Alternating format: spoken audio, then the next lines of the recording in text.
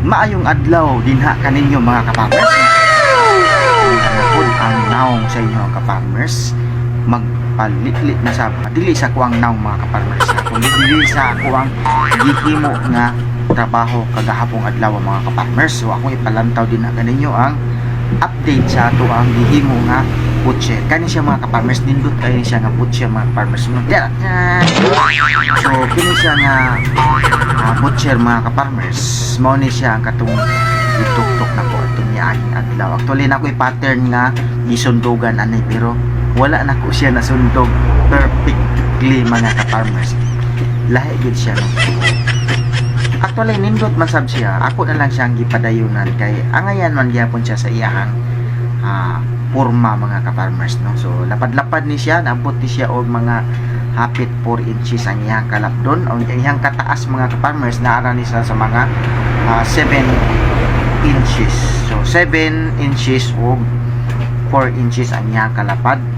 So mao ni siya mga ka-farmers, lapad gyud siya no. Kung atong idikit medyo hapit gyud siya pareha kalapad sa kuang naong mga ka-farmers kay hapit man matamunan na kung naong tanawa. Ayaw, di ba?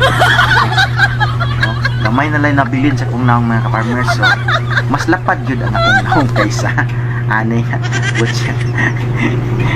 Apil ng naong. So duha ni siya gabok mga ka-farmers no, dera ang isa. So same lang sila og dagway na lapad. So matabunan gyapon akong naong. So kung idikit ni silang duha mga ka-farmers, mawala na gyud ako ang naong kung ako siyang idikit ang duha kay matabunan lapad na gyud silang duha kung itapad mga ka-farmers. So mao ni siya ang update sa ako ang gihimo mga ka-farmers. Nindot ken siyang gamiton sa atong tagsa-tagsa ka mga kusina mga ka-farmers no. Pwede ni siya panadtad og buko kay pagka gid siya no kunya nindot ang iyang subo ani. Muli gini siya gikan gini siya gikan gini siya sa muli mga ka-farmers. So nindot kay siya og hait no. Tawa ninyo. Pwede siya pang hiwa o lamas, pwede siya sa bukog, multi-purpose siya mga ka-farmers. Pwede po siya sa pangkahoy, pero sayang po basta pang kusina dili na siya pwede pangkahoy, sayang man po, mahugaw man.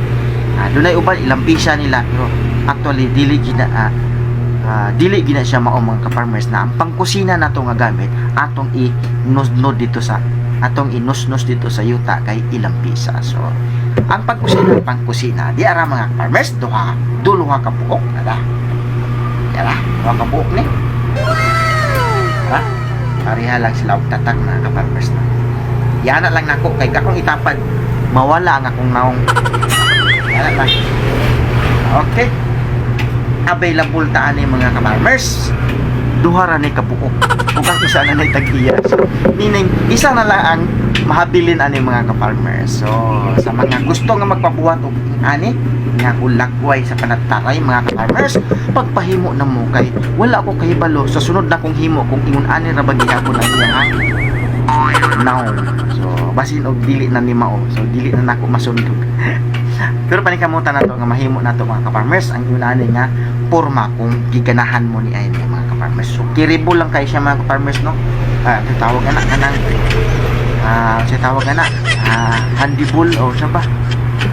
So ang to diri lang taman mga ka-farmers ang akong pagpalantaw din sa inyo nila akong video.